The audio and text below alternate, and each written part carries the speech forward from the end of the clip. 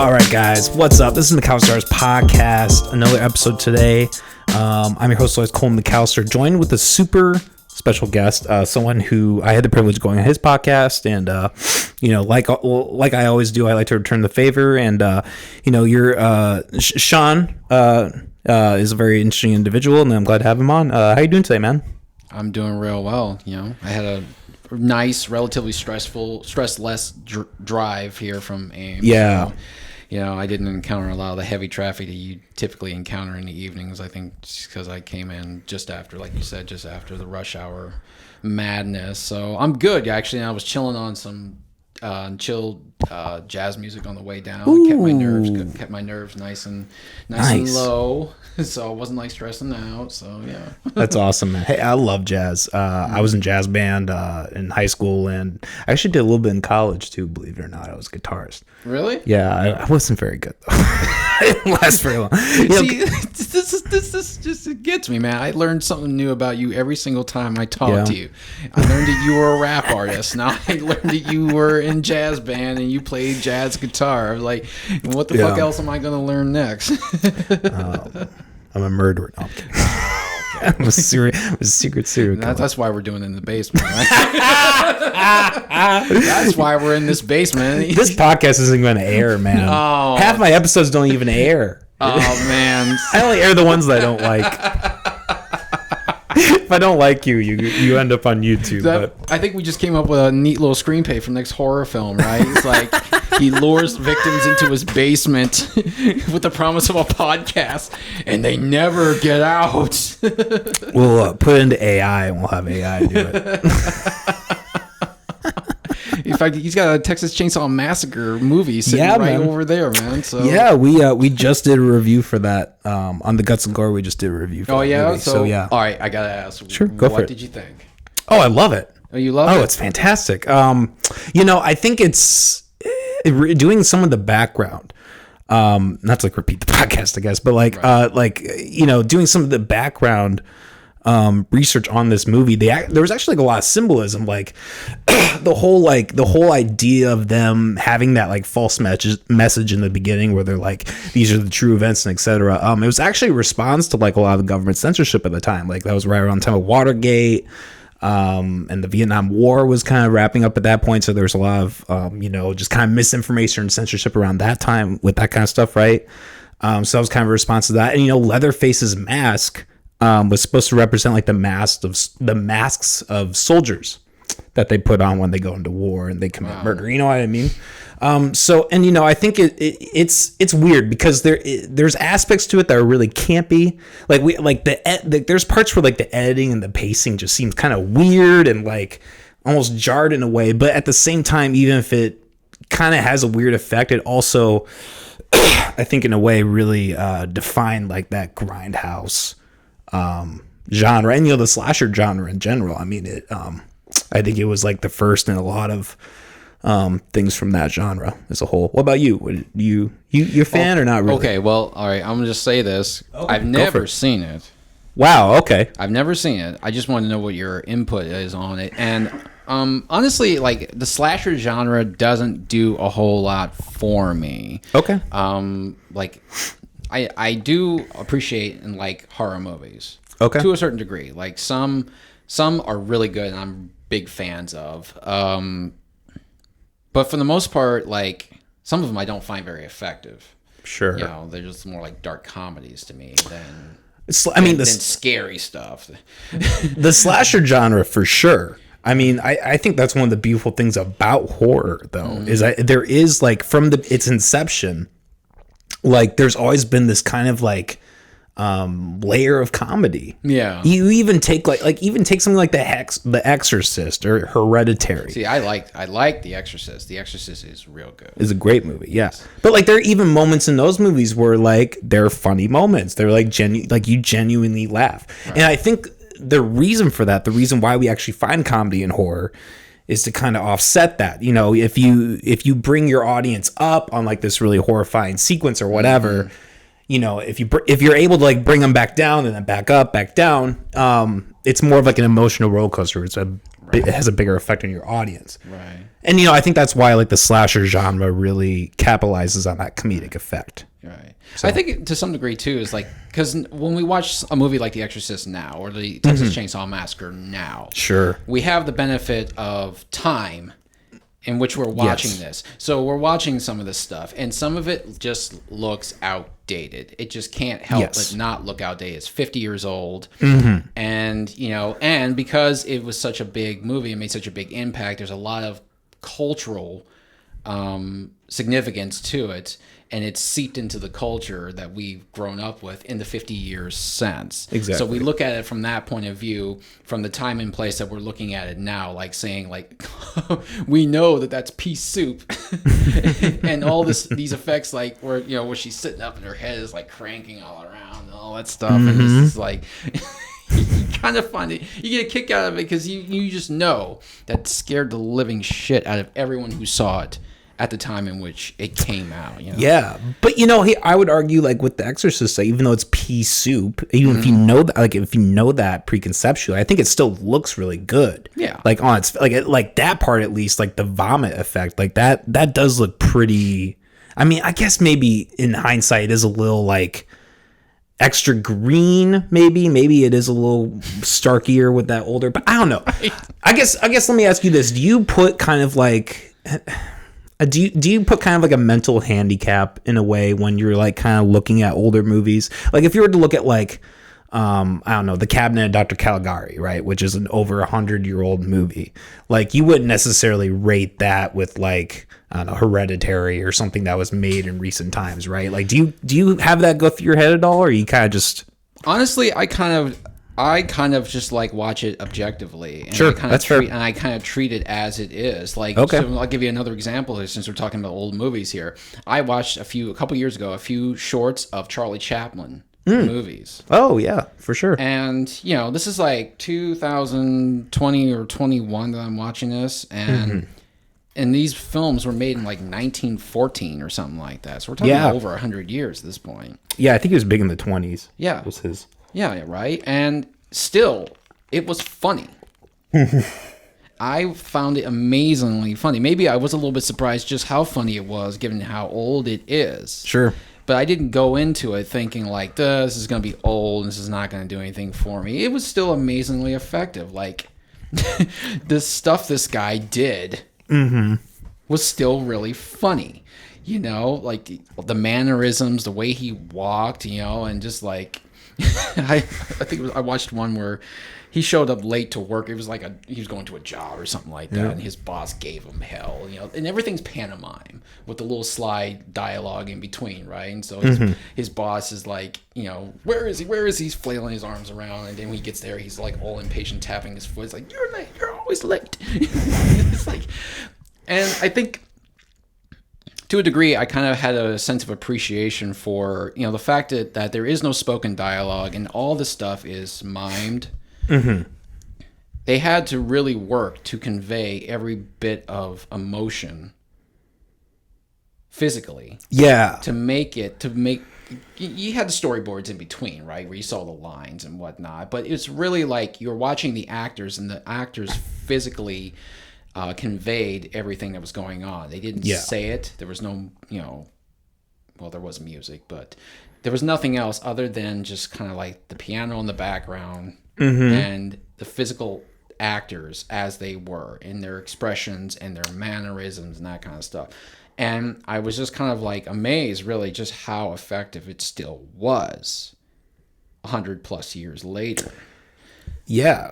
No, it's like, I think it's the same with like translation of like the stage to film, right? Like I think like Broadway actors, they kind of have to like overact in a way. Oh yeah. I mean, sure. And obviously there's a difference between like running it through versus like doing takes. I mean, that's an obvious difference, but like, yeah, I mean, like even like in your delivery as an actor, like I think that's like I think like that's why they say like some of the best actors really are like those who transcend both Broadway and film. Is like they're able to do both really well. Like they're able to understand and be like, okay, for this project I need to bring it this way, and for this I need to tone down or whatever, you know. Right. You know, I think that's right. But as far as like horror movies go, even whether it's old, like from The Exorcist and Texas Chainsaw Massacre, or going back even further than that to Psycho, or something like that, whether it's old or recent, I always kind of like to come at it at the same sort of angle here. Is like, because if it worked then, if it is effective, it would still be effective. Yeah, there's little things here and there you could pick apart, but you know, The Shining is still crazy good. We'll go back to that. We'll touch back on that. The Shining is still crazy good, despite how much they deviated from the actual book. Blah blah blah. Yeah. As an actual film, it is amazingly good. Should I just call Molly down here? No. Is that her? I hear her walking upstairs. I heard somebody walking around. Like, she's right at the door. She's gonna kick it in. It's like, now let me tell you something here. I'm gonna tell you what. That movie was bullshit, and this is why. Give me that microphone. Oh no, she's not interested in explaining herself. That's just fact. That's all you need to know. No, I think just kind of go back to the slasher genre. No, it really doesn't do too much for me, just because it just doesn't, the over amounts of guts and gore that are involved. Sure. Just kind of like and the same with like the Saw movies and stuff like that. No, thank you. But one movie that I thought was really good, and that was the horror genre, and I don't want to make this whole thing about we can do whatever, man. You ever seen this movie called Frailty? No, Frailty. Yeah. So when's it from? It's from about 2000, 2001, 2002, something like that. Around the time that I graduated high school. Okay. And Frailty. Okay. Frailty, yeah. Frailty. Okay. And so it's very much in the style of Hitchcock. Ooh. Okay. It was directed by Bill Paxton. What do you do again? Oh, well, he was in a bunch of stuff, but Bill Paxton, he was in Aliens. He collaborated a lot with James Cameron. Okay. He was one of the punks that got killed by the Terminator in the first one. If I saw a picture of him, I might recognize him. I mean, so he's in the movie. He stars in it. He directs it. And he did a really amazing job of things here. And he made a very effective Hitchcockian, Robert Aldrich kind of Southern Gothic horror movie kind of style. You really should check it out. It didn't get very much buzz. Sure. But it's very much like suspense and atmosphere and that kind of thing, like psychological menace, that sort of thing. It's a very, very well-made movie. It's set in the South. And it's I really like that one. It's probably one of my absolute all-time favorites, because it kind of throws you for a loop.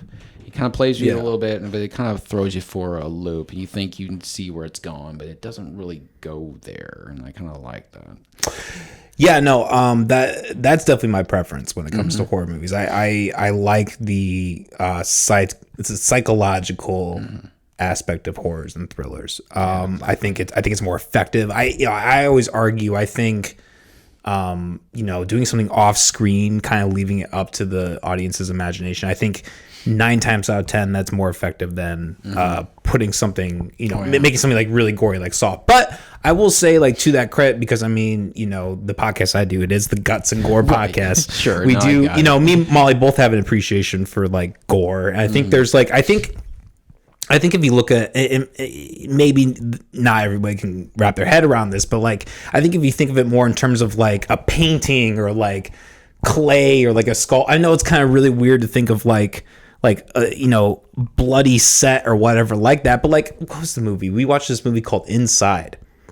It's from 2007. It's an extremely gory movie. I did like in the top 3 of that I've ever seen. And I've seen like Human Centipede and all that shit. So like it's not for the faint of heart at all. But the thing that I really loved about that movie is like they did a very good job with the continuity of like the blood and the environment. Like it starts in the kitchen and she's like bleeding and like, has cuts or whatever, or like someone else's blood on her. And then like that scene, like, or like the movie kind of develops in that same bathroom, and like you see different layers of blood, and like it almost is like an artistic layout in a way. I don't know. I think gore can be done in that way.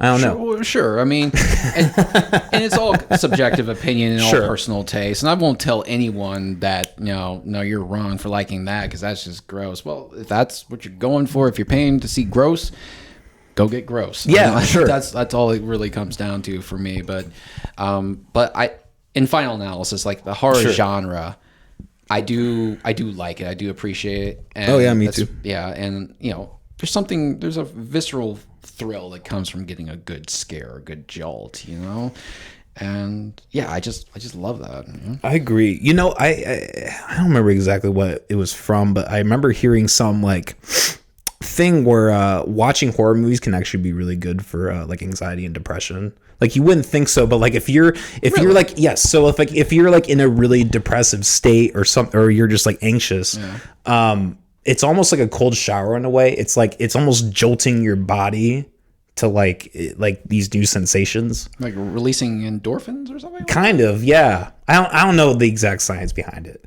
Okay. But yeah, no, there is like evidence to suggest that like watching horror movies can actually be beneficial mentally if you're able to withstand the subject matter. Well, I can kind of see that because there's some of the similar science that says like listening to extreme music has the same effect for depressive and anxiety riddled people. Sure. For people who have depression and anxiety, like listening to very aggressive music and stuff, which I like. Yeah. And I work with a woman, and I think she's into it. I know she's into it more than I am because that's about all she will listen to.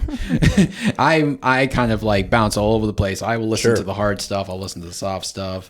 But she's a very devout punk and metal person. And we kind of relate in the same way and saying, this really helps me with my mind. This kind of stuff because yes, it's aggressive. But maybe I need it because I need it to be aggressive for me when I can't be aggressive, that kind of thing. That's a good thought too. Which is why I do some of the reason why I do fitness too is it helps me like channel those aggressive tendencies in a socially appropriate way. I wake up like blasting Slipknot sometimes. Like I'll just wake up, turn on some Slipknot, and jolts me. I'm like, okay. People equal shit. I'm just sitting there brushing my teeth, like, yeah. And then from that day on, you're just like cool as a cucumber, right? It's like, all right, I'm good. Gotta go be a civilized human being now. Depends on the day. Sometimes not even Slipknot can deter that. Yeah, right. But no, I get you. And so I do see the validation behind the science saying that watching horror movies and stuff like that can actually help assuage some of these anxieties and depressions that you have. And it kind of acts like a drug. Yeah, sure. Like a natural drug. It taps into a certain part of your neurological systems, and then probably your lymphatic system, if I'm being honest, which isn't really the neurological system, but it is tied to it. So it kind of allows you to go pretty limbic in its reaction to you or your reaction to it.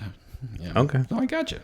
Yeah, for sure. So let me getting into the fitness because you have two podcasts, I believe, right? Correct.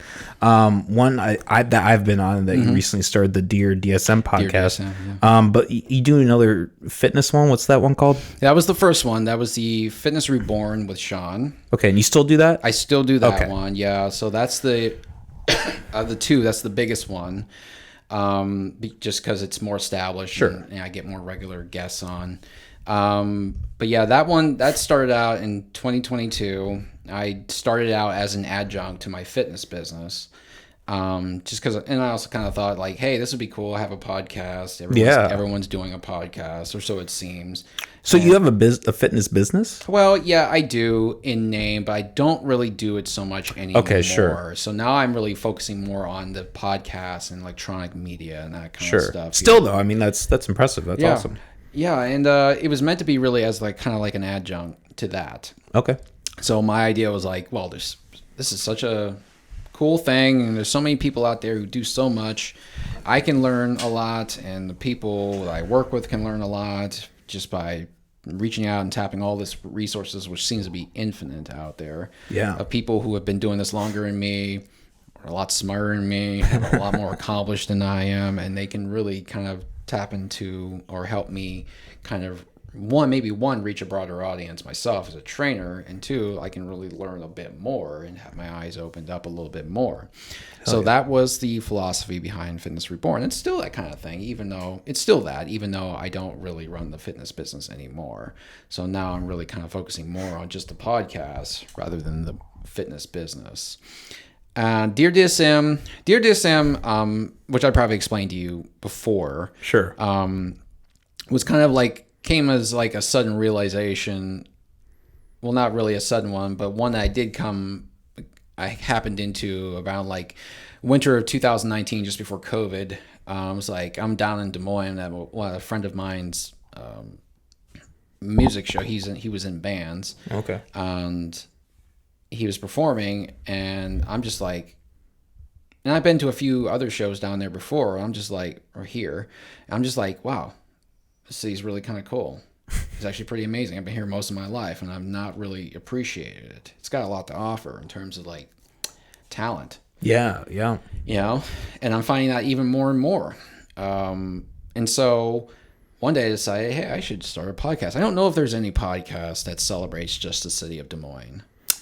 Not that, I mean, I feel like there's some more like corporate ones probably, but not like on the scope of what you're doing. I don't think so. Right, exactly. Like not really that kind of like, the podcast is packaged as like a love letter to the city. Yeah. And its culture. Yeah. And its people. Yes. And its history and its potential future. That kind of thing. Yeah. I think there's probably,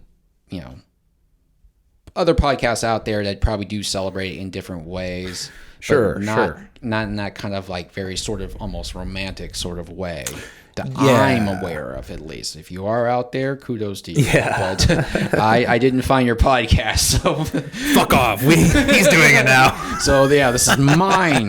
This is my area now. Get off my turf. No, I mean the McAlstars used to kind of do that in a way. Yeah. Like for a long time it was more focused on like rappers and artists from the area. I mean, and that branched to like, people in politics or entrepreneurs or people in media or whatever. I mean, that branched to a lot of different things, but I think there are people doing that to some extent, but the thing that impresses me about you is like you said, it is definitely more of a love letter to Des Moines. And I appreciate that. I mean, that's a further level of commitment that I'm willing to get to Des Moines. I mean, I love Des Moines, but like to really like hone into that level and be like, hey, this is all for the city. Like, kudos to you, man. That's fucking awesome. Well, and I was just like, again, I was late in realizing this, and I'm sure the city. Oh, you're not late, man. It's early. I feel like no, I mean in my life. Just in your life. In my okay. life. I'm 41 years old. I've lived out here in Iowa, 30 minutes away from Des Moines since I was 8. Sorry, I'm shocked that you're 41. Yeah, I'm by the way, 41 years old. I look older than you. This is insane. A testament to the fitness. Sorry, continue. No, it was just I was just kind of like, I don't know. It just dawned on me that night.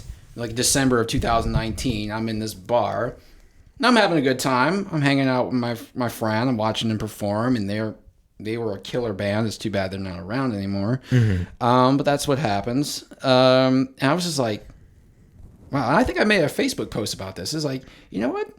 Damn, Des Moines has got some talent. And I had all these people chime in saying, hell yeah, it does. Hell yeah, hell yeah.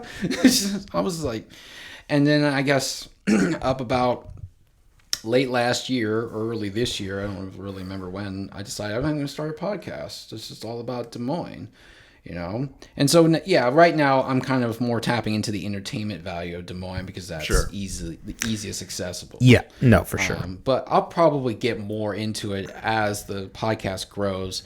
Hopefully I'll have entrepreneurs, which a lot of the entertainment people are entrepreneurs too. Like yeah. So that kind of like bleeds over. They go hand in hand. Entrepreneurialism. entrepreneurs and politicians and, you know, or maybe just even like regular people who have lived out here. And it's just, I'm keeping all my options open. And yeah, so do a homeless season. Homeless season. You get like 200 episodes out. Well, you know, maybe it would be something else. You kind of just put a microphone in front of a homeless person. Yeah, some real gonzo shit. Yeah, you're right. Go total Hunter S. Thompson out there. Just spend a year with the homeless. So what do you think about Des Moines? I bet that would get the podcast some attention. Maybe not the kind of attention you think you'd want, but you know, maybe just making a splash that way. Yeah. Well, I think that's part with the advantage. Is there a big homeless population in Des Moines? I mean, not like anything compared to like most other cities, but yeah, I mean, I guess per capita, yeah. Yeah, I don't know how it statistically is. There are plenty of them. I know they've increased significantly over the last 4 years. I mean, ever since COVID, I feel like they're twice as. There's twice as many. Well, yeah, when you couldn't make rent and whatnot and all that stuff, and you were just getting kicked out, even though there was certain laws put in place saying you can't kick people out because COVID took their job away and they can't make rent and stuff like that. But no, you know, honestly, for what I've seen, I've not seen a sizable homeless population. It's nothing like any other. I mean, I think really with almost anything in Des Moines, I think people kind of oversell it and they think it's really, really bad, but then you go to any other city. Go to San Francisco. Right. I mean, I was in San Francisco, and it's almost a way of life out there. Yeah. I'm not ragging on anyone who's homeless. I'm not here to dump all over the homeless and stuff like that and say that you should be in jail or you should be exiled. No, I wouldn't stuff say like that. Yeah. But it is rather shocking, especially, you know, I grew up in Iowa where, like you said, in Des Moines, it's not real huge. In Ames, it's even less. You know, Ames is somewhat, you can call it somewhat affluent just because it has the university, so there's a high professional class out there. Yeah, and then, you know, the medical center, which doctors and that kind of stuff. So it's got like professor and doctor money. Research stuff. Right, that kind of stuff. Yeah. So I feel like it's fairly well off. So I've not had much contact in my life with a lot of homeless people. I went out to San Francisco in 2015, and homeless are literally everywhere. Literally everywhere. And I had more than one contact. The 7 days I was out there, 5 or 7 days, I had more than one contact with them. Yeah. And I will also tell you, to be perfectly honest, from what I've seen and from what I've interacted with, and this is very little, some of them, most of them, if not all of them, can clearly have mental illness. Oh, yeah. Oh, 100%. Clearly. 100%.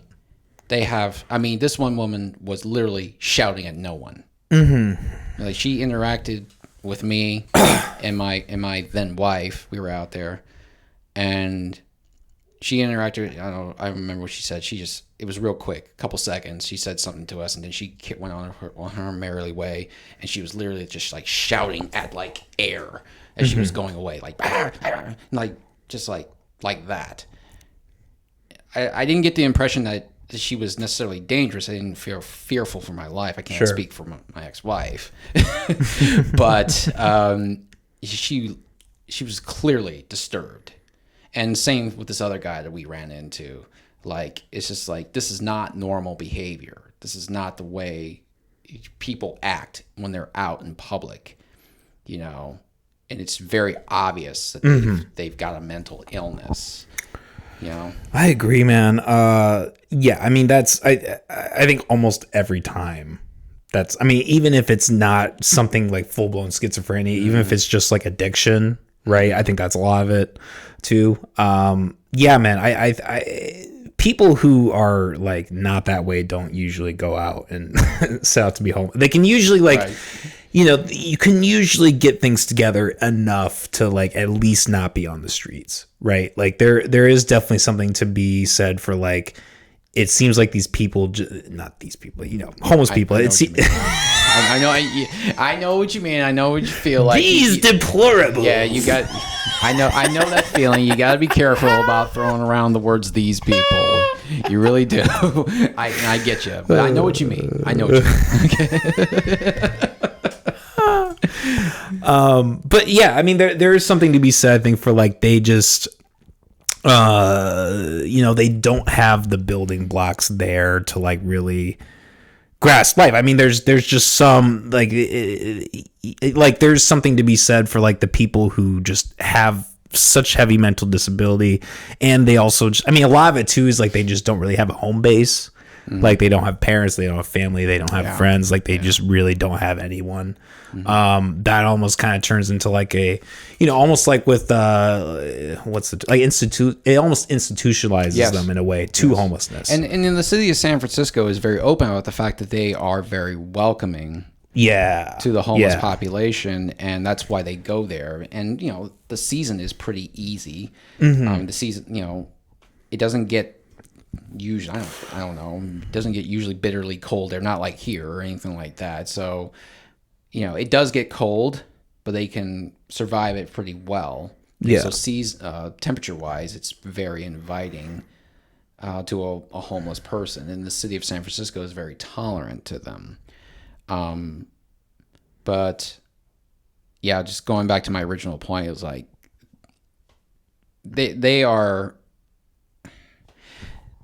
they clearly need help. Yeah. And they've not gotten help for whatever reason.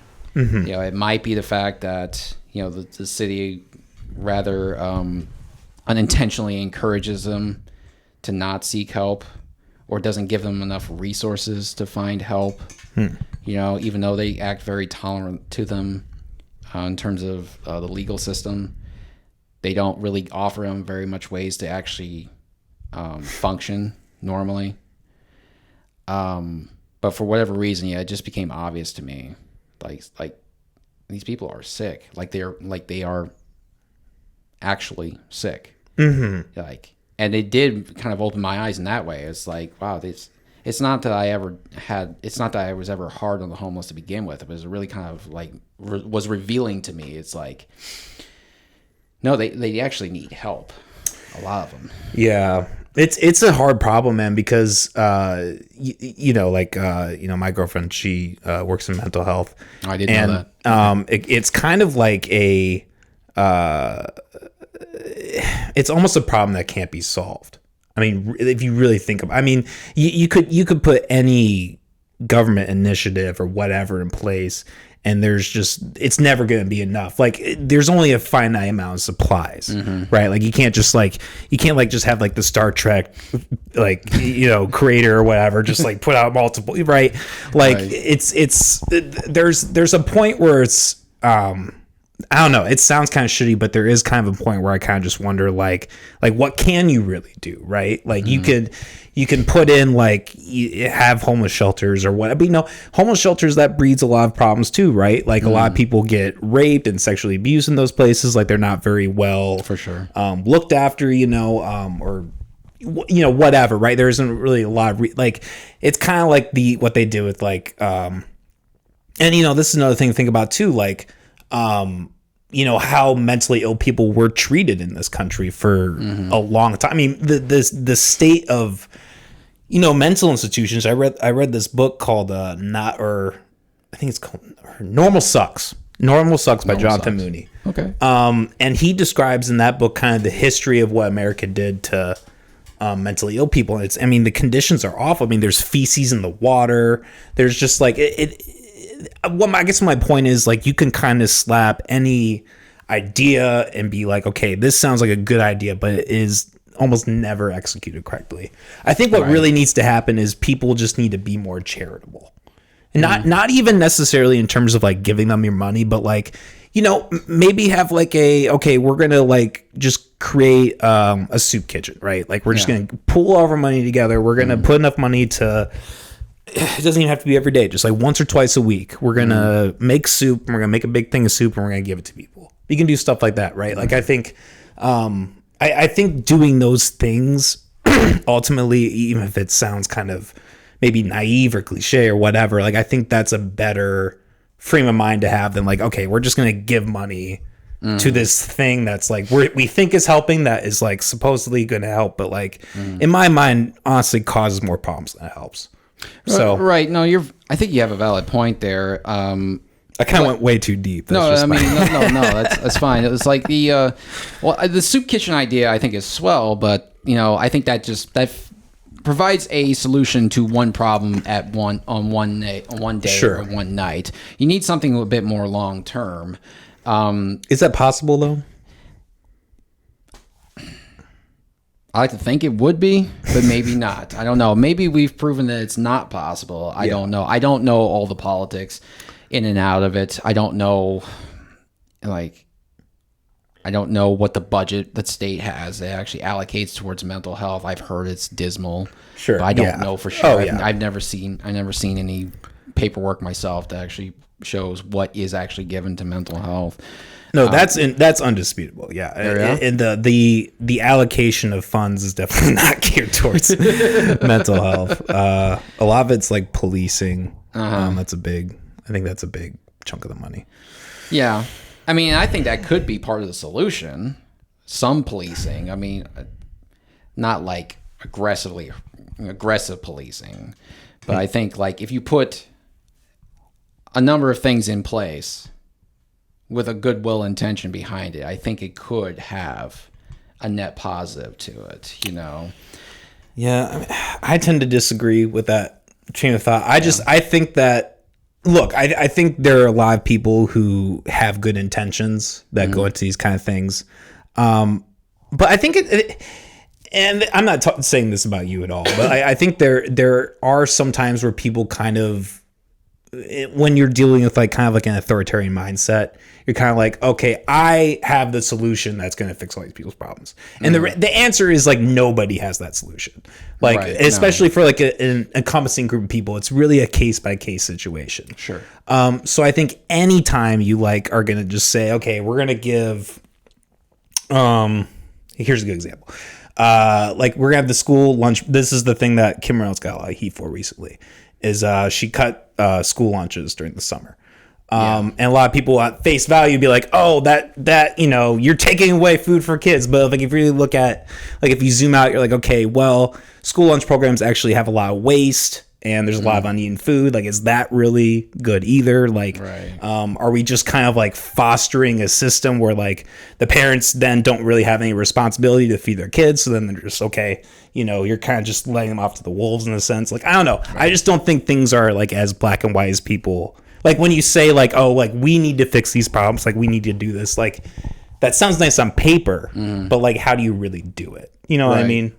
It would be kind of nice if you kind of had something like similar to what the Black Panthers did in the 70s with like the free breakfast ideas. Sure. So that was like a community held breakfast where the members of the community were providing the food so all these kids could eat in the morning. So when they went off to school, they weren't starving. Yeah. And stuff like that. And actually, I don't know if you knew this or not, but the WIC program was actually inspired by that. So the WIC program, the Women, Infants, and Children, that helps. It's a government subsidy. Okay. That helps women, infants, and children with food. Like women with young kids, helps them with food. Yeah. And I don't know if any other state does it. Maybe, but I know Iowa does do it. And actually, if you go to grocery stores, you will see like in certain labels, WIC approved. WIC approved. Yeah. That kind of stuff. It's kind of like a food stamp program. It's pretty similar, but it's geared towards helping women who have young children who don't have means of actually taking care of their kids. Now, that was inspired actually by the Black Panthers, because of their communal breakfasts. Yeah, no, I mean, look, I think a lot of, really any organizations, but I think, in America, Black organizations have really, in my opinion, like really shown shined a really positive light in those aspects. That a lot, I mean, and that's kind of the really sad thing about history is like a lot of these groups are like Black Panthers and the Crips and the Bloods, like they're really frowned upon. But one thing people don't realize is like, in a sense, they almost played the part of police or government or whatever. Yes, like they were someone that they're, that was in their community and they were like, okay, we're gonna, in a sense they kind of did what government did with taxes, right? They were like, hey, you need to like give us a VIG, right? And like that's there's shitty aspects of that as well. But like, yeah, I guess, but anyways, like there's something about that I think is really positive. That people, I wish people would take more away from that. Like even something like the mafia, right? Like, okay, broad spectrum. Definitely plenty of aspects of the mafia that aren't good. I'm willing to acknowledge that. to say the least. To say the least. But look, bodies floating in the river shit. Yeah, that's not such a great thing.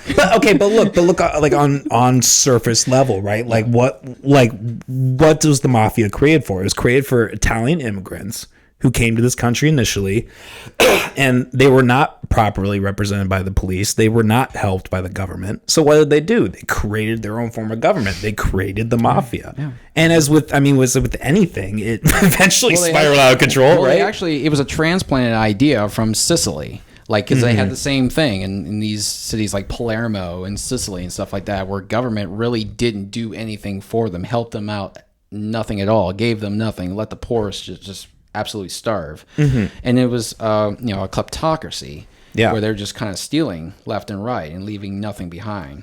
And so that's where La Cosa Nostra came from in Sicily. And when it came over to America, well, it was the same sort of deal here. It's like, no one cares about Italians, so we got to care about ourselves here. So no, I get what you're saying here. And the reason, just to clarify, the reason why I said that policing, I think, can be a part of the solution, really because, let's be honest here, it's not going to go away. Yeah.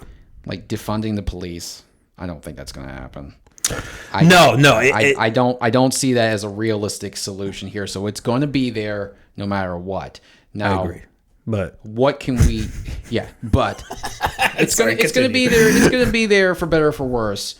So why not try to make it into something that actually is a positive force, rather than just kind of leaving it as a negative, and just kind of hoping these pie in the sky ideas about defunding the police, which. I mean, I agree. I mean, let's be perfectly honest here. Yeah. In any situation, no matter who you are, if someone breaks into your house, or if your kid went missing, the first call you're going to make is going to be to who? It's good. I mean, it's okay. Yes, it's going to be the police. There's a reason for that, though, because they left no other option. Yes. When you have certain in the instance of getting your house broken into, if you live in California, for instance, you're not allowed to have a gun. You're not allowed. If someone breaks into your house, you're not allowed to shoot. You can't have guns at all in California. That's not true. Well, okay, you have to have the layers that you have to get a gun. That's not true that you can't have a gun in California. I know for a fact that it is true that you can't shoot an intruder. If an intruder comes into your home, you cannot shoot and kill. Well, yeah, it doesn't surprise me that the stand your ground law does not apply out there. That does not surprise me one little bit. Yeah, but look, I mean, so if you live in a state where you can't properly arm yourself, if you can't properly defend yourself, I mean, that again is a fault of the government, the same entity that it runs the police, that does all these things. So I mean, so they paint this thing like, yeah, we're gonna give you the police, and the police are gonna help you. But they don't help you. And actually what they end up doing is they take away resources and capital and all these things that would help you, enable you to protect yourself better. Right. So that's always my argument. I am a believer in defunding the police. I think they should be abolished in my mind. Yeah. The amount of just how much they harm people just outweighs the positives in my mind. I think the positives that come from police come from an individual level, and I don't think that's something that is inherent to policing. I think it's inherent to just being a human person, being a human being. Right. I don't think that those people who do courageous things as police officers would just not do courageous things. Well, yeah, not being officers. Yeah, I think no, I think you're right, and I think that kind of goes into the bigger problem here, is that a lot of the problems you have with policing is institutional. Yes. It's not individual. And that's actually a lot of the arguments that the Black Lives Matter folks have been making ever since. It's it's not the one person, the one good cop out there who is an actual sweet person, doesn't hurt anybody, does help, and is out there to actually do a good thing and make a good change here. It's more of just kind of the institution in which these people work in, that kind of will take a otherwise good person and kind of like warp them, turn them into something else here, even if it's gradual, even if they don't really realize it, and it does. I mean, I can see how it can happen. I mean, if you are around a certain type of people all the time, and you experience all these things, and you take all these experiences and you put them in through a lens of, people we deal with are barbaric animals. It'd be better if they were all just gone. Who cares if one kills the other? Blah blah blah. All it is just one more piece of human trash we don't have to deal with. That type of thing. Honestly, even though you might find it repulsive at first, that will seep into your character over time. And so it's really more institutional and not individual. So you're right. I agree. It's I know it's always kind of an extreme opinion, or not even opinion, an extreme angle, but the Nazis. Yeah. Like I don't. You cannot tell me that 100% of the people who were recruited into the Nazi Party were like all on board 100% with Hitler. There are a lot of people who not a lot. There's at least, I don't even know. There's a percentage of people. I'm not educated. There's a percentage of people who were not on it because they were all with Hitler. Because everyone around them's joining. Their entire country is going a certain way. That's where the totalitarian regime comes in, right? Yes. Because you create this atmosphere of fear, and anyone who dares say anything other than what the Führer says is now considered an enemy of the state. It's the same thing with the slave system. Yep. It's the same thing with the slave system. You have, slaves were owned by a very small percentage of slave masters. But it was a legalized thing. It was a structural thing. And a lot of people depended on it, especially a lot of rich whites depended on it. Mm-hmm. So the slave system, for as immoral and as wrong as it was, is taken for advantage because it's everywhere you look. And, this whole world that we live into, whether it's Nazi Germany or the slave system in the South, it's kind of hermetically sealed, and you don't know anything different because this is all you see. You know what I mean? Yeah. Yeah. It's interesting you bring up slavery because this is always kind of something I think about when it comes to police, because just the government in general. When you're a slave, right? Like, I don't consider the relationship between slave owner and slave legitimate at all. But up until whatever, when was slavery abolished? You probably or what do you mean 1860 something? What do you mean by that, Coleman? Come on, man. I'm an ignorant white fuck. That's why. 1865. That's what. Yeah. Well, it depends on what you mean by legitimate. It's legitimate as in this person has no rights; they are property. You spend money to buy one; they are yours. It is legitimate in our system. Now, if you're going, that's what I mean. Now, if you're going kind of like metaphysical about that, that's my point. Yeah. Is that I don't believe at any point that was okay. Yeah. Underage marriage. I don't think at any point that was okay morally. Right. So I don't believe that, like, if that relationship isn't legitimate, if the relationship to slave and slave owner isn't legitimate, then why is the relationship between citizen and government legitimate? I didn't sign up to be part of the government. I didn't sign up to live in this country. I didn't sign up to, pay taxes or whatever. Those things were all forced upon me. Mm-hmm. And I'm not saying that, like, I am a slave in the sense of, how people pre-1865 were slaves in that context. But the relationship is similar. The dynamics are similar in a way. Even if we can come home and, do things, have our computers and eat or whatever. Although, I think that has a lot more to do with capitalism and government. But, regardless, even if we have all those things, if those things get taken away, and they can be taken away. Look, if I had a pile of heroin right here, if I just had a bag of heroin on this table and the police knew about it and they're like, okay, we're going to come in, Seann, you're in here, you're going with me, we're all going to jail. I'm out of this fucking house. I'm not paying rent. Like, just for me making a certain choice and specifically saying, I want to put this into my body. There's now a force coming in and saying what they can do with me. And that's at face value, that may sound ridiculous. Like, okay, well, you have heroin. Well, fuck, why do you have heroin, right? Right. But it's a slippery slope. There was a point where it was the same for alcohol. There was a point where I could have a beer in the 30s, in the 20s and the 30s. Boom, I'm done. I'm the same thing that is happening to me that it would if I had a bag of heroin. Yeah. You know? No, I see your point. So, but in some ways, that's kind of unavoidable. Don't you think? Because I agree. I agree. I mean, in any case, when you're brought into this world, you have all kinds of things foisted on you that you did not ask for. You didn't ask for your parents. You didn't ask for your siblings. You know? No, well, and that's I'm not expecting the police to like burn down and defund. I'm simply acknowledging that I don't believe it's legitimate. I don't believe that is a legitimate relationship between me and the government. I don't. So what would make it legitimate? Like if you actually voted to say, yes, I want a police force? No. If there's, because even if you vote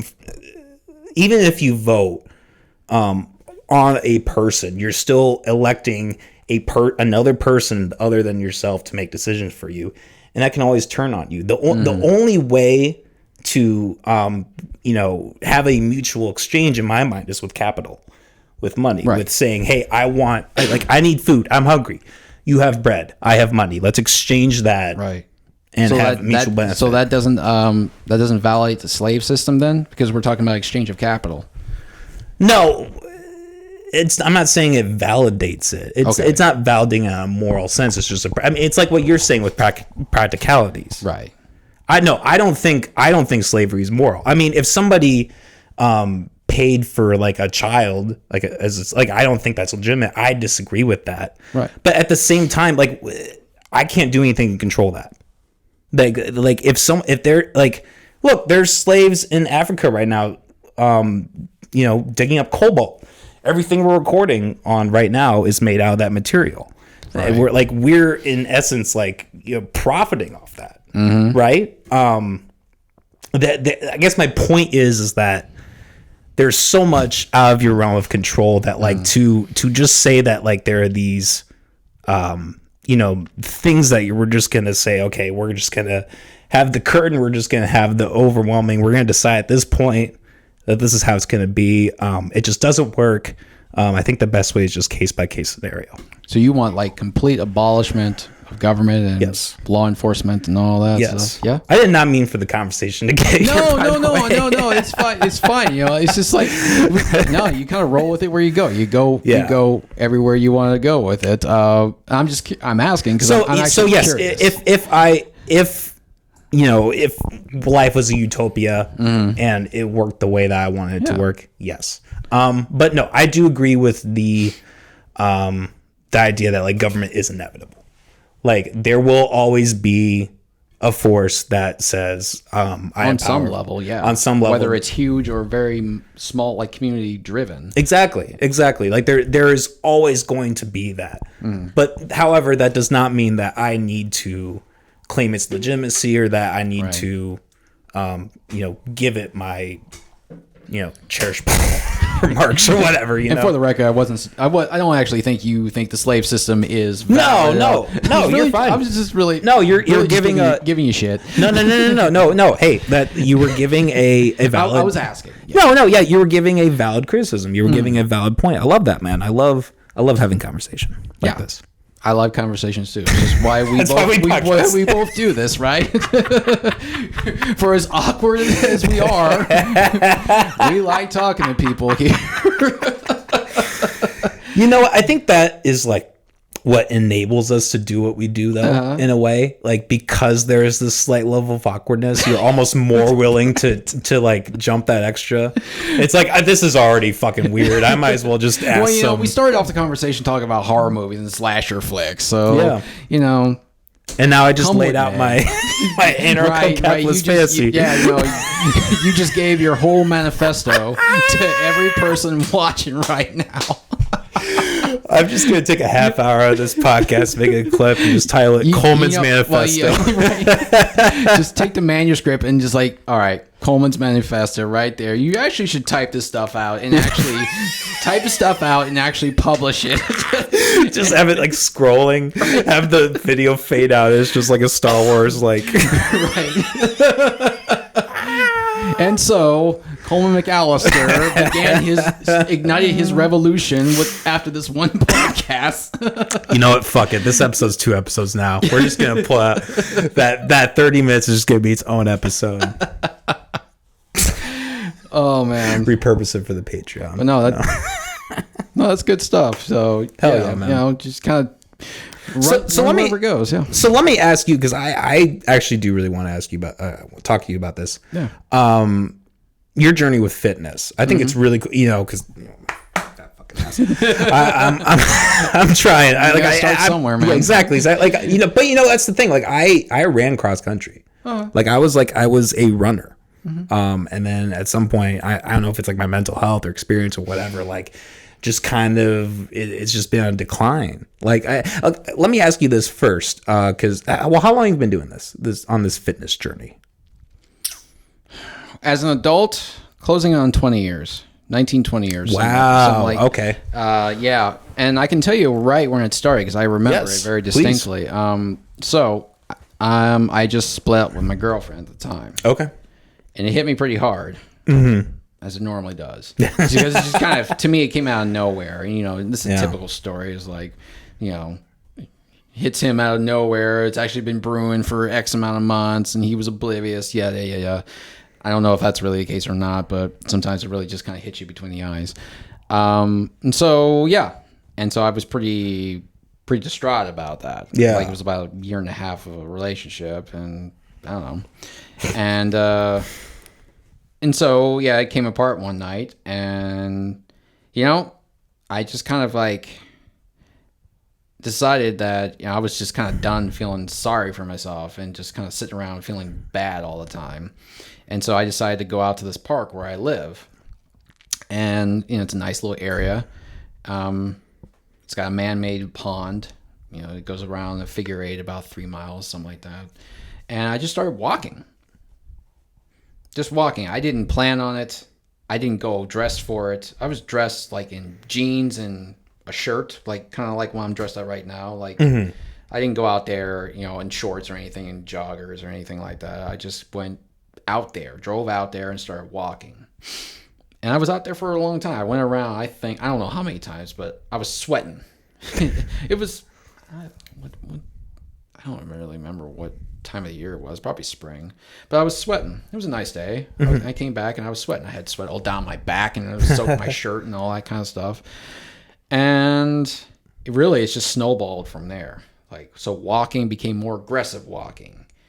It became running.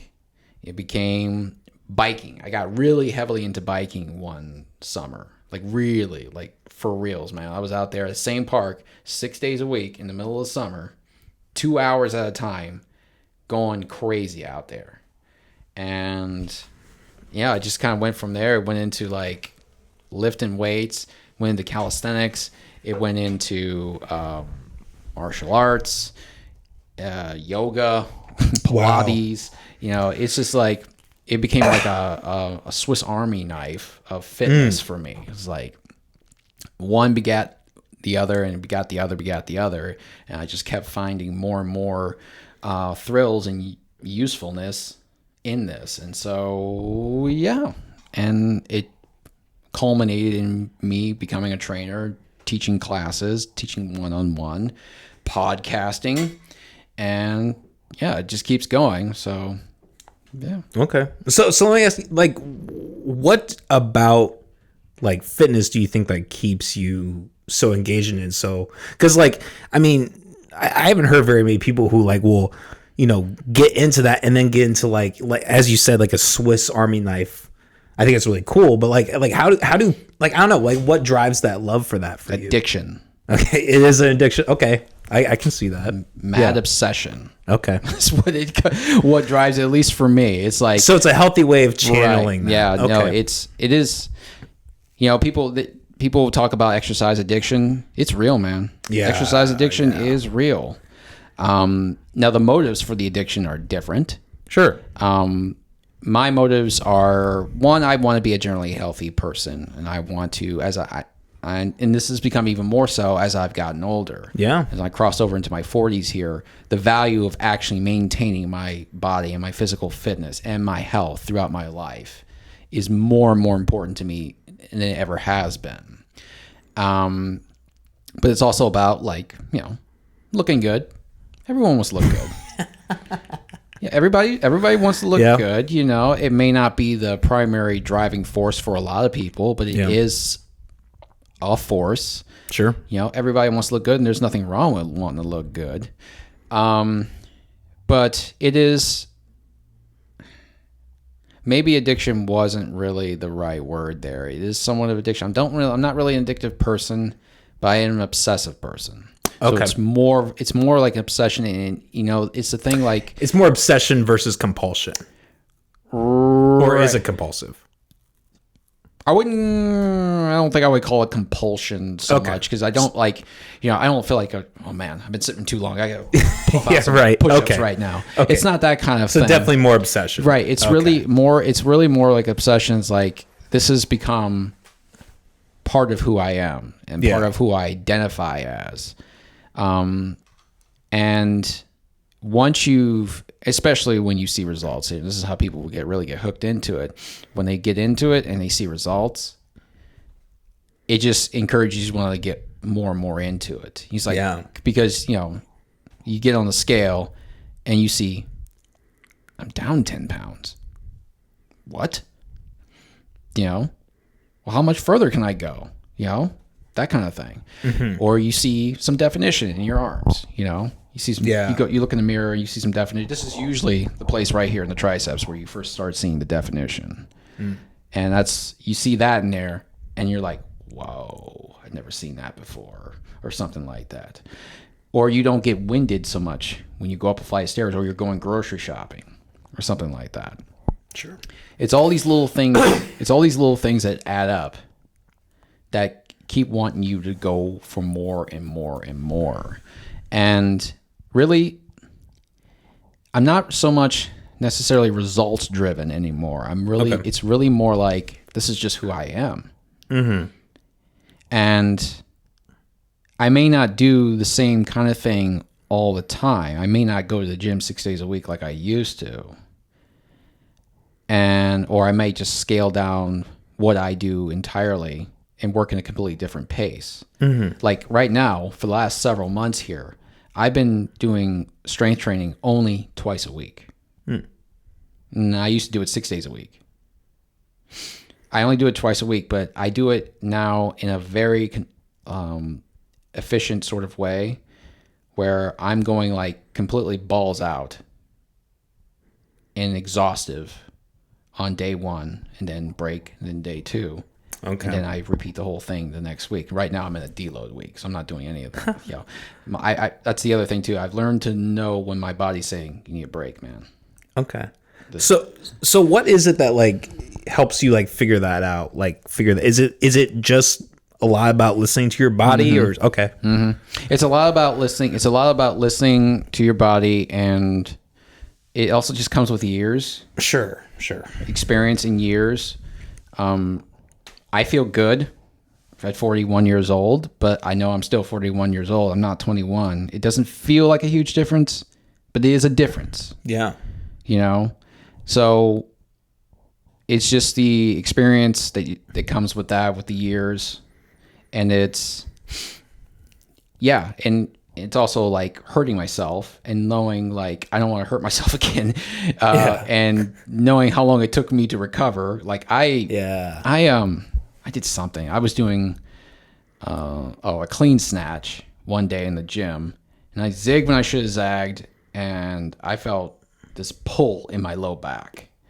Yeah, and it didn't hurt that bad starting out with, but the next couple of days, I was really feeling like I was stiff as a board.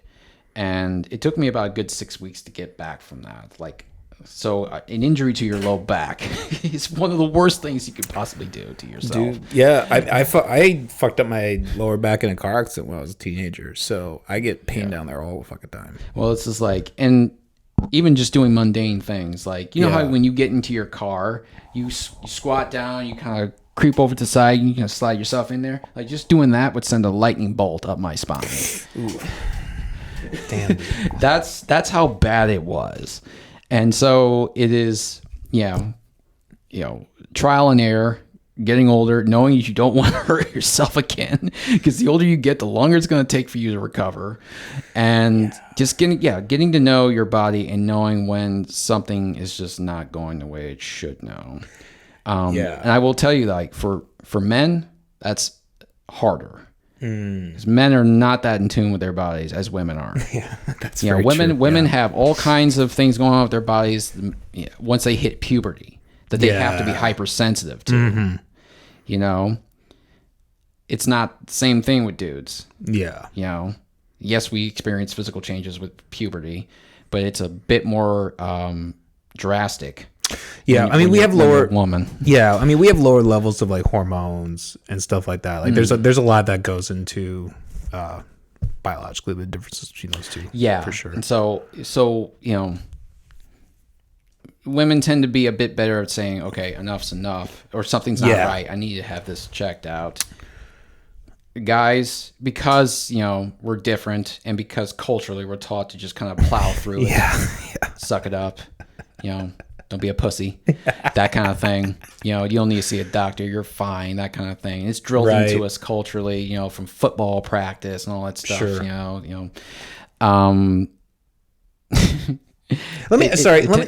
it tends to be harder for guys. Yeah. So sorry, not to deviate too much, but how much of that? Because I mean, how much of that do you think is positive or negative? I mean, I guess in terms of fitness, right? Like, because I mean, there is part of me that can see the benefit of like that. I guess it's kind of like the idea of like toxic masculinity, right? Like, do you believe that that's like that's a thing? Like, because I mean, I can imagine in fitness could maybe be like the like outer fringe of that, right? Like the people who are going to be like, yeah, you fucking pussy, like they're going to be in the gym all day. You know what I mean?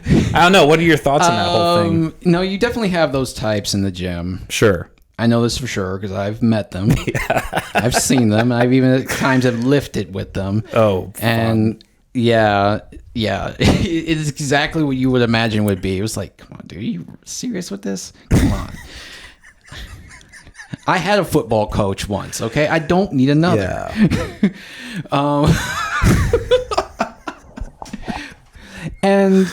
But honestly, the gym landscape, I think it's changed. It's not like it was like back in Arnold's day. Sure.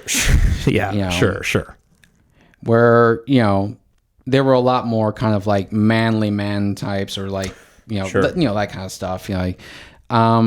But I think even now, I think that now like the gym culture has kind of, I guess how the word I'll use is evolve. Sure. Where even some of the toughest, manliest macho guys in the gym will know that recovery is important. And they won't just skimp out on it so much. Now, there's always those outliers out there that will just kind of decide that you have to fight through it. You got to balls to the wall. A good workout is only something that just is a beat down or a survival kind of workout. That's the only good workout out there. And I will also say it's not just the guys that buy into that too. It's a lot. It's a lot of the women now too. But I will also say, in some ways, that kind of like that heavy dose of machismo and masculine, whatever you want to call it, influence can be very helpful out there. Because a lot of these guys are actually, they tend to also be very knowledgeable. So you see the big buff dudes out there and stuff like that, and they're lifting. They're very knowledgeable. For the most part, they tend to be very smart, and a lot of times they will be very encouraging too. Like everyone assumes that they are hostile, or a lot of people do assume that they are hostile. Like they are just, and this is a lot of times I've found when working with older female clients, like the gym environment is very intimidating. You see all of these very healthy, beautiful young people walking around, and it just kind of like... You're talking to me, man.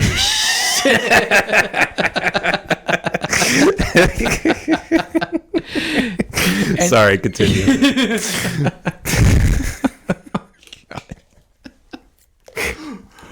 But and they get themselves very kind of worked up and intimidated by the environment around them because they feel like they just don't belong there. Yeah. But the truth is like a lot of these guys, they would help you out. If you ask them for help, they would help you. They would give you advice. If you're legit and you actually come across as somebody who actually wants the advice and will take the advice seriously, and you do listen to them, a lot of them will help you if you ask for it. That's cool to hear. To hear. So I guess backtracking, like, how long do you think it took you to like actually notice some kind of change, or like to notice like, oh, hey, I actually am getting the hang of this? Like, was there any kind of like, I'm sure there were plenty of walls, right? But was there like a real initial wall where you were like, fuck, I can't get up today and take the walk or do the yoga routine or whatever? Like, maybe that's just that part. Okay, so just to clarify, are you asking when I actually made it so routine that it became everything that, or it became a big part of my life? Yeah, or I guess like just like what was it like those? Because I'm sure that there was a period in the first beginning where it was like it was kind of hard to get into a routine. You know what I mean? Or maybe there wasn't. I don't know. Honestly, I don't remember it being all that hard. Damn. Okay. So it was truly just something that you were like, It was something that I just found a love for. Okay. And yeah, I mean, no doubt. I mean, there are certain times when it is hard, and you really don't want to, like getting up at 4:30 in the morning on a cold day in Iowa. Cold winter day in Iowa is not fun. And there will be some days where I could do it, and some days where I'm like, no, I'm just going back to sleep. There's no perfect solution or perfect magic formula for any of that. You kind of take the good days with the bad days. Sure. But in some, I found I had a real love for it, and I liked it, and I liked the fact that I could see the results I was getting. I was losing the weight. I was seeing the definition. I was, feeling physically a lot more able, And I was a young guy. I was physically able to begin with, but I now could see that I could do things that I couldn't do. Sure. So that probably helped a lot, like having that. Like you didn't have as much to overcome, I guess. Right. So I didn't come from a debilitating origin point. So, I didn't, have a heart attack, or I didn't suffer a bad accident falling off a ladder, breaking my back, and I'm on the road to recovery and that kind of stuff. I am sure that if I started out like that, it would be much harder. Mm-hmm. But I was a young, able-bodied, healthy dude. And I just kind of found something that worked for me and something I really liked, and it helped with my mental health. If we're going to go back to the mental health debate, it really helped with my clarity, the clarity of my thinking, and it helped me get myself out of my funk. Okay, it helped part the clouds there a little bit, because I really was just kind of like sitting around, just being a sad sack, it's, again, this is one of these things that comes with the clarity of age too. You look back on that and you're like, your whole world wasn't coming apart. Yeah. But you don't know that you don't really appreciate that when you're, how old was I? 21, 22 years old? Yeah, something like that. Not at all. You just, and the advantage of time gives you a much clearer perspective. But yeah, no, I don't remember it as being something that I found to be so hard to do at any point that I was like, I don't want to do this kind of thing anymore. I don't want to do the workouts. I don't want to ever jog or lift or anything like that. I just kind of want to chillax with video games and just eat food all the time and that kind of stuff. It's just. Hey, it's not too bad to me. You know what? At certain points, that is fine to do. No, yeah. I'm definitely not an absolutist about any of this stuff. Yeah, that's good. You need to find your balance where you can get it. Especially and I will say this too. A lot of people, the climate that we're in terms of the fitness industry, in terms of like how it has invaded social media and the influencer phenomenon and stuff like that. You get a lot of very not so great advice that is really, it's the kind of advice, especially now you see a lot of these people who are now like former coaches or former trainers to elite athletes who are now, because they don't do that anymore, they are now like taking all of their experience and wisdom, and they are applying it to like seminars and stuff like that. They're going, they don't work with athletes anymore. Now they run these seminars. They go from one city to another. They give speeches. They're paid however many thousands of dollars per speech and that kind of stuff. Mm-hmm. So they're relating all the stuff they took with these very elite people years ago, and now they're trying to transplant that onto average people. And a lot of it is just like over-the-top nonsense that does not make sense for the average person, especially as a trainer. And a lot of trainers make the mistake of trying to apply that in their own business too. It's like, you are not working with athletes. Most of you will never work with a professional athlete. You don't have to. You are not working with people who make a living off of their bodies. Yeah. They are not competitive. Now, some people do work with competitive people, like competitive powerlifters and bodybuilders and stuff like that. That's one thing, but it doesn't make sense to apply, the training package and training mentality and philosophy of working with a 19-year-old powerlifter and then trying to apply that to a 60-year-old grandmother. It doesn't make any sense. What are you doing? Unless she wants to become competitive. If that's the case, then maybe it makes sense. But if she just wants to lose a little bit of weight and she just wants to be able to hang out with her grandkids and not get tired and not be stiff, you got to adjust a little bit. Yeah.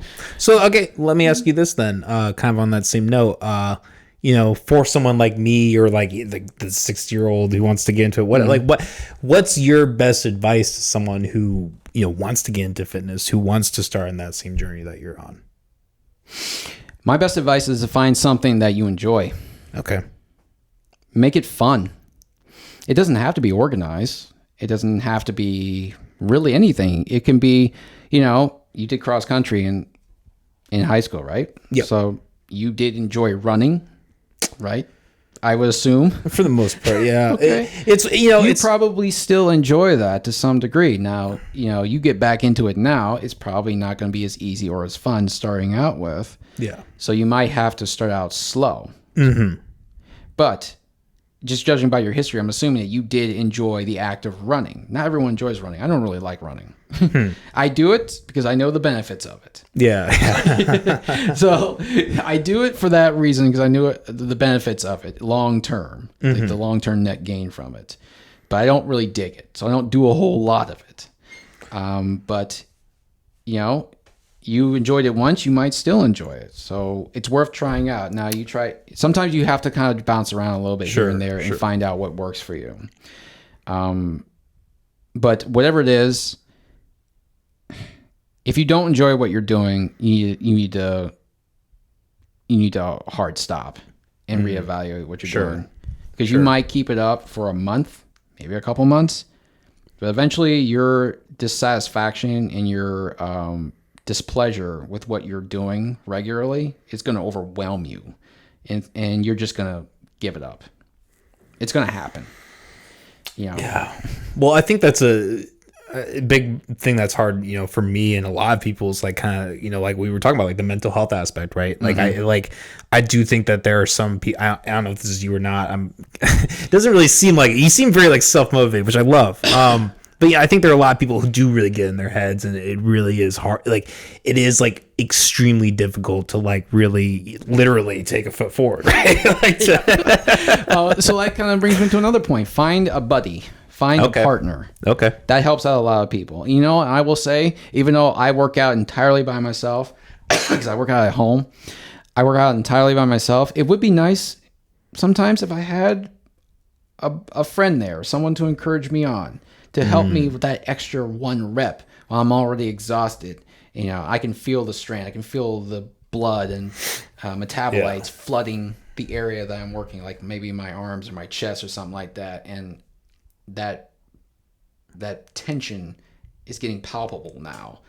I might have another one, and I kind of want to go the extra one and at least see if I can crank it out. But then sometimes I go like, no, done. If I had someone there saying, come on, no, go do it, I would have done it. It might have failed utterly. But failure is the name of the game. And if you're not failing, you're not doing anything. So it would be nice sometimes. I have to think, like, even though I am very self-motivating, it would be nice to have a gym buddy every now and again, or a workout buddy. Someone who does encourage you, like, we're in this together, we're swimming the same water, that kind of thing. So having a partner helps out a lot of people.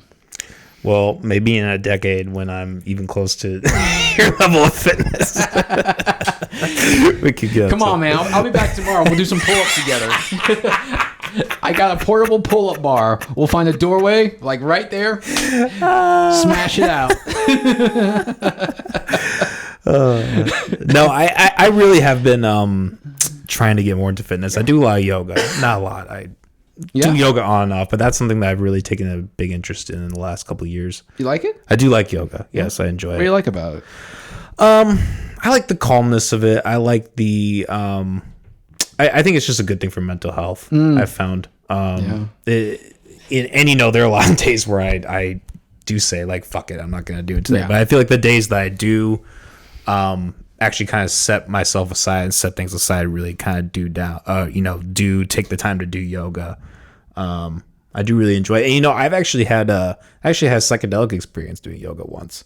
Really? Yeah. I was in I think it was in child pose, where you kind of have your. Oh yeah. So I had all the blood rush to my head. Maybe I was smoking before or something. Maybe that probably has something to do with it. But no, like I had I felt like almost like an LSD type of like out of body experience. Like I felt like I had like a psychedelic experience doing yoga. I've never had it since, but like it was a really powerful experience. I really liked it. So. That's cool. I don't think I've ever had that experience before.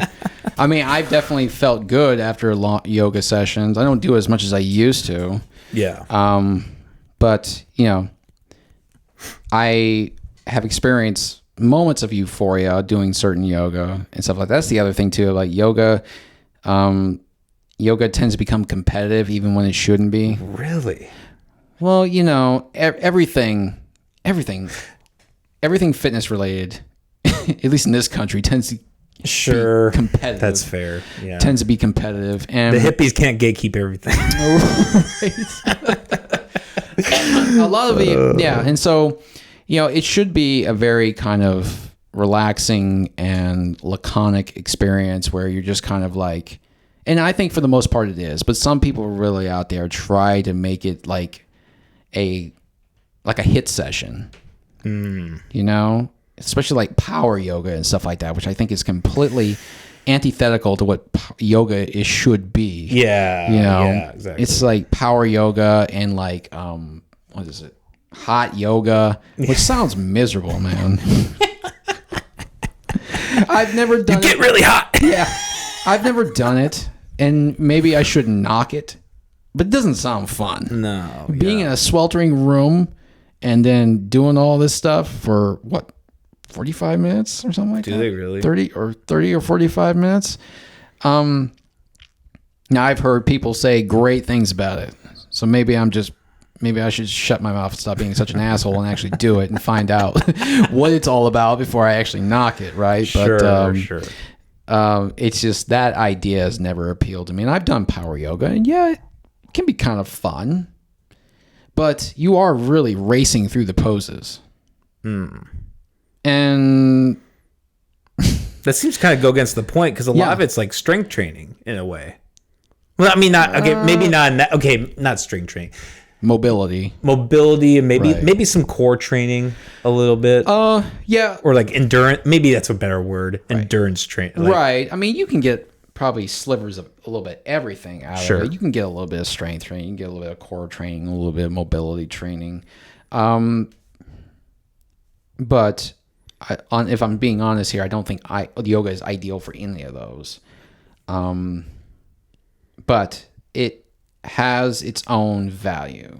You know, it gets you moving, which that's valuable in itself. And you're putting yourself into positions that, you know, will be uncomfortable, some of them at first, but with enough training, it gets easier. And then you do other poses, stuff like maybe like a tree pose or something, like where you're standing on one leg and stuff like that. Or I can't think of the names of a lot of them, where you're standing on one leg and then you grab the toes of one leg, it's extended out, and then you bring it out and stuff like that. Oh, yeah, that crazy shit. Once you find that you can do that, and it's awkward as hell when you start out, once you find out that you can do that, and you have that day where you actually can fully extend that leg out and bring it out, and it's like, oh wow, that's neat. But yeah, I think as a method of actually getting yourself to move, and movement is the most important thing here, it's valuable. A lot of people will knock it on specific reasons, like I just said, like can't build any strength, like I can't build any muscles, you know. Well, no, I mean, it's not hypertrophy. It's not a hypertrophic workout, but it's not meant to be. Yeah, exactly. Yeah. Well, that's cool, man. It's cool hearing you talk about this. Like I said, I do want to be that. Like, maybe not to your level, but I at least want to be, somewhat fit and enjoy exercising. I think the fact that you enjoy it, I think that's really cool. Right. And I also know like there's no end point here. Like, there's no point where it's say, you know what, I'm done. I've reached level 10 or whatever it is. You know, I always have what's called this white belt mentality, whereas like I'm always learning, I'm always fishing around I've got all kinds of books that, are, strength training for beginners, yoga for beginners, Pilates for beginners, the history of such and such, how it applies. It's a never ending quest. There's no point where you say, up, ding, ding, ding. I've reached it. Yeah, exactly. No. And once you realize that, you appreciate it even more, because you don't feel like, well, you're kind of lagging behind anybody. It was like, well, you're not lagging behind anybody. This is your journey. This is your life. And that's it. And so just live it. Hell yeah. I think that's a great place to end this. Seann, it's been a pleasure, man. It's awesome to have you on. And thanks for having me. I hope we can Killer collab. Yeah, hell yeah. We went from horror movies to the Manifesto to fitness, all in one episode. Is there anything you want to tell the people before we wrap up? Maybe where they can find you, if you got anything coming up? Well, as terms of like, I don't have anything big coming on. In terms of Dear DSM, I did just interview a rap artist. I don't know if you know him, Dewey. Have you heard of him? Dewey, like young DEW. Yeah, young guy, long hair, glasses. Sounds familiar. Yeah, he's a rap artist. I just talked to him just a couple days ago. Okay. On Dear DSM, so I'll be putting together his podcast. That'll be out. Okay. So I'll be plugging that once I get things rolling on that. Nice. And it's ready for release. But in terms of things coming out, nothing big other than that. You can find me at my Facebook, which is Seann CA, Seann with 2 N's, CA. My Instagram handle is Your Host Seann. Again, Seann with 2 N's there. And I also have a Substack account, which is my online publication, Samo Lives. Samo, SAMO, Lives. That's the publication on Substack. It's a part of my media company, Dark Age Media. Nice. So I guess in terms of like the biggest thing on my agenda right now is like I'm building up that site, and I'm trying to bring in more collaborators that can post content that I think that is valuable and that will actually help people with anything or will actually serve them a greater good. So that's, I guess, if anything, that's my biggest thing right there. Awesome. Well, we'll make sure to put that link below in the description. Seann, again, thank you for coming through. Thank you for making the drive. I really appreciate it. Yeah, no problem. It's a great day. We had great weather. Yeah. The drive was not bad. So I'm really glad we didn't decide to do this tomorrow because the weather's going to turn on us. Oh, is it? Is it supposed to be shit tomorrow? Well, it's supposed to be like severe storms and stuff Really? like that. Yeah, I'm hearing like even chances of hail and stuff like Oh that. my God. So I'm really glad that we didn't decide to do this tomorrow. Yeah. Because it would Well, I got another podcast to record tomorrow, so shit, I don't know. Here? Yeah, here. Yeah, So. is that the Guts and Gore or is that the McAllister? No, that's Unhinged. That's Unhinged? That's the Unhinged Uncensored. That's the one where we go wild. Yeah. And we're getting a new producer in, so it's gonna be an awesome time. Yeah. Yeah. All right, man. Well, I appreciate you having me on. Yeah, appreciate you coming through. Guys, McAllister's podcast every Monday at 2 p.m. You know what's up. We're everywhere. YouTube, Spotify. Resistance is futile. We will come for you. That's my one big geek out moment right there, yo. We will enter your sound systems. And Unhinged Uncensored every Tuesday at 2 p.m. and Guts of Gore podcast every Thursday at 2 p.m. Thanks for tuning in, everybody. Have a good night. Peace out.